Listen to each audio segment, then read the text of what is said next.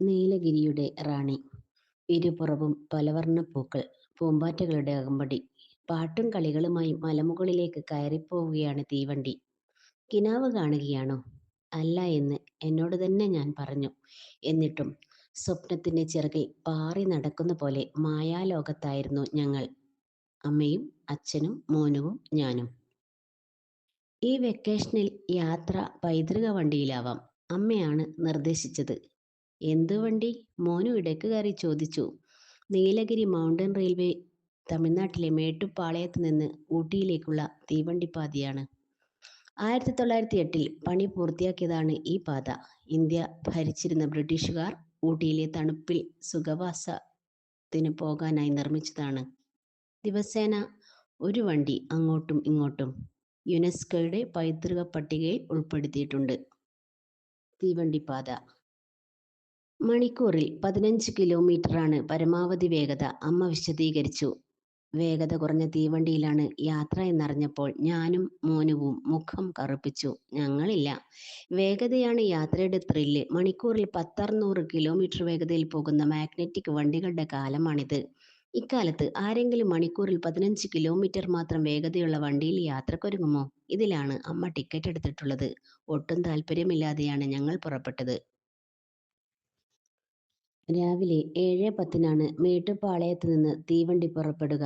4 കമ്പാർട്ട്മെന്റുകൾ മാത്രമുള്ള കൊച്ചുവണ്ടി കണ്ടപ്പോൾ എനിക്കും മോനുവിനും ഒട്ടും രസിച്ചില്ല. കമ്പാർട്ട്മെന്റുകളാവട്ടെ തീരെ ചെറുതും. 56 സീറ്റ് മാത്രം. ടോയ്ലറ്റ് പോലുമില്ല.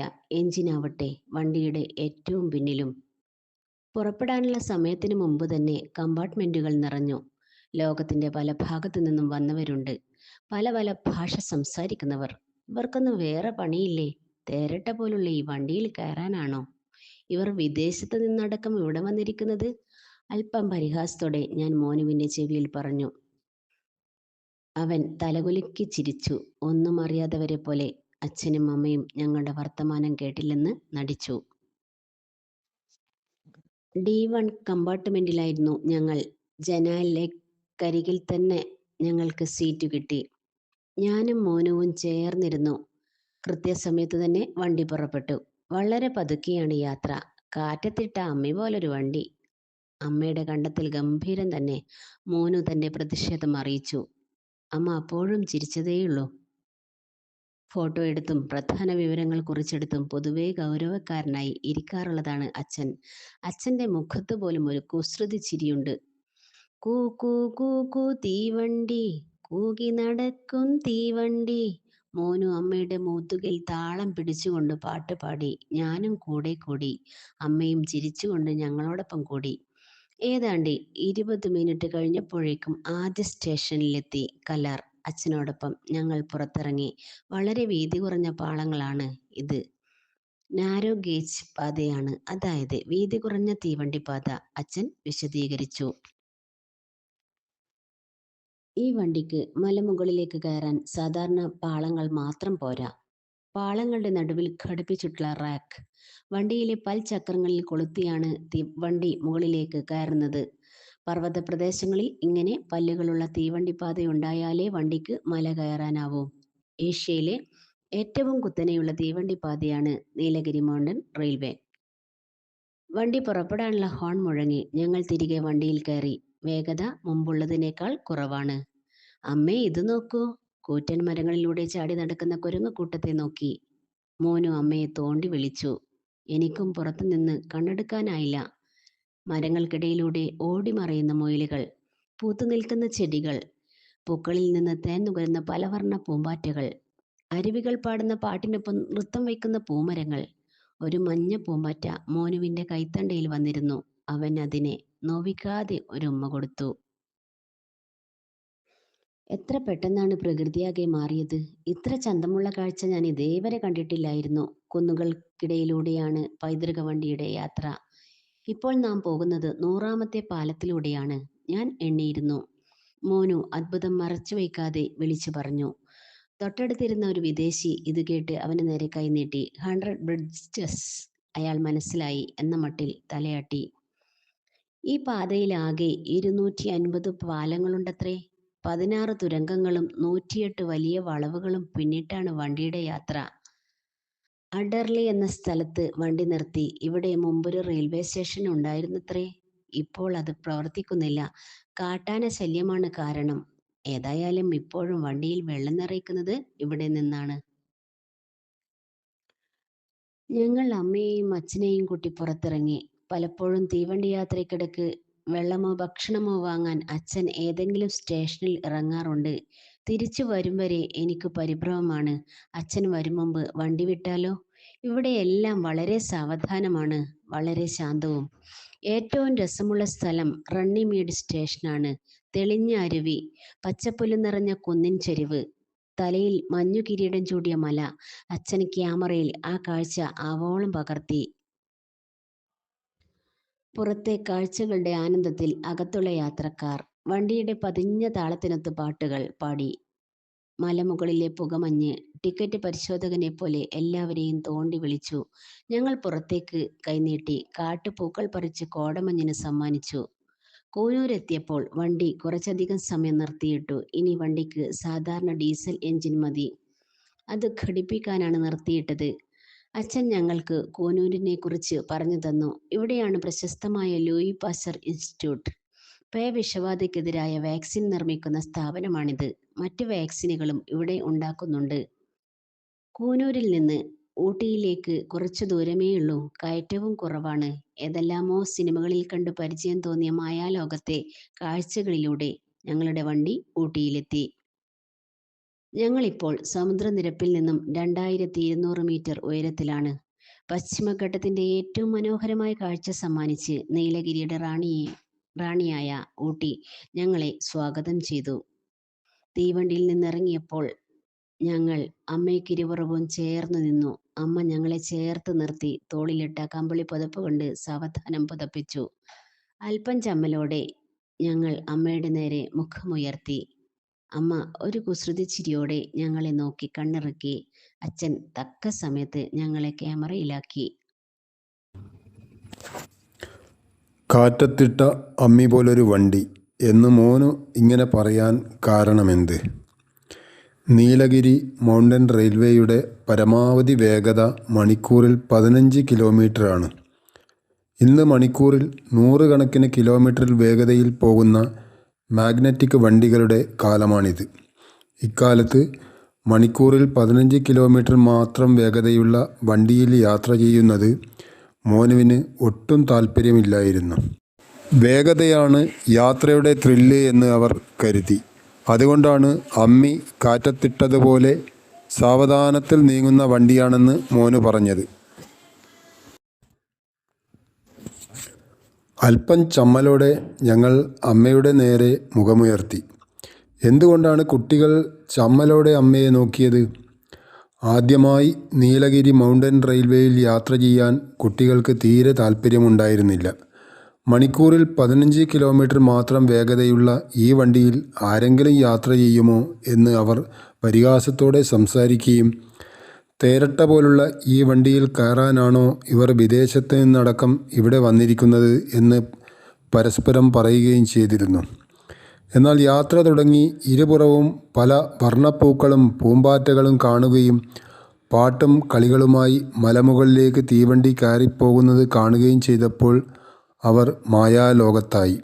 പിന്നീട് മരങ്ങൾക്കിടയിലൂടെ ഓടിമറയുന്ന മുയലുകൾ, പൂത്തുനിൽക്കുന്ന ചെടികൾ, പൂക്കളിൽ നിന്ന് തേന്നുകരുന്ന പലവർണ്ണ പൂമ്പാറ്റകൾ, അരുവികൾ, പാടുന്ന പാട്ടിനൊപ്പം നൃത്തം വയ്ക്കുന്ന പൂമരങ്ങൾ എന്നിവയെല്ലാം കണ്ടപ്പോൾ കാഴ്ചകൾ വളരെ മനോഹരമാണെന്ന് അവർക്ക് തോന്നി. ഒരു മഞ്ഞപ്പൂമ്പാറ്റ മോനുവിൻ്റെ കൈത്തണ്ടയിൽ വന്നിരുന്നതും അവൻ അതിനെ നോവിക്കാതെ ഉമ്മ കൊടുത്തതും അവരുടെ മനോഭാവം മാറ്റിയെടുത്തു. ഊട്ടിയിൽ വണ്ടിയിറങ്ങിയപ്പോൾ അമ്മ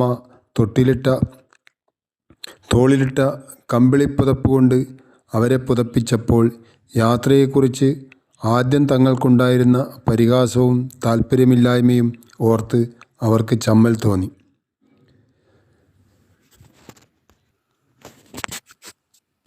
നമ്മളും പലതരം യാത്രകൾ നടത്താറുണ്ടല്ലോ. നടത്തിയ ഒരു യാത്രയെക്കുറിച്ച് വിവരണം തയ്യാറാക്കൂ. ഒരു മാതൃക. കഴിഞ്ഞ വേനലവധിക്ക് ഞാൻ എൻ്റെ കുടുംബത്തോടൊപ്പം വയനാട്ടിലേക്കൊരു യാത്ര പോയിരുന്നു. രാവിലെ നേരത്തെ എഴുന്നേറ്റ് ഞങ്ങൾ കാറിൽ യാത്ര തുടങ്ങി. അതിമനോഹരമായ കാഴ്ചകളായിരുന്നു വഴിയിലുടനീളം. വളഞ്ഞു പുളഞ്ഞ റോഡുകളിലൂടെയുള്ള യാത്ര വളരെ രസകരമായിരുന്നു. തേയിലത്തോട്ടങ്ങൾ നിറഞ്ഞ കുന്നുകളും കാടിൻ്റെ പച്ചപ്പും കണ്ണിന് കുളിർമയേകി. ആദ്യ ദിവസം ഞങ്ങൾ ബാണാസുര സാഗർ ഡാം കാണാൻ പോയി. കേരളത്തിലെ ഏറ്റവും വലിയ മൺചിറയായ ഇത് കാണാൻ ധാരാളം ആളുകൾ എത്തിയിരുന്നു.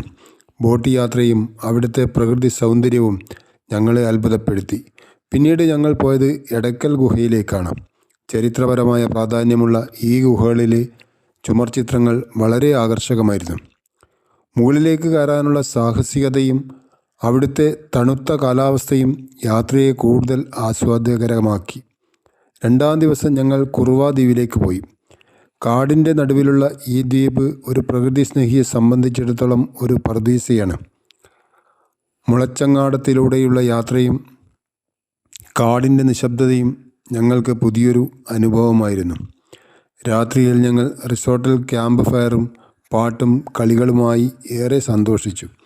വയനാടിൻ്റെ തണുപ്പും പ്രകൃതി ഭംഗിയും ഈ യാത്രയെ മറക്കാനാവാതെ ഒന്നാക്കി മാറ്റി. ഈ യാത്ര എൻ്റെ മനസ്സിൽ ഒരുപാട് നല്ല ഓർമ്മകൾ സമ്മാനിച്ചു.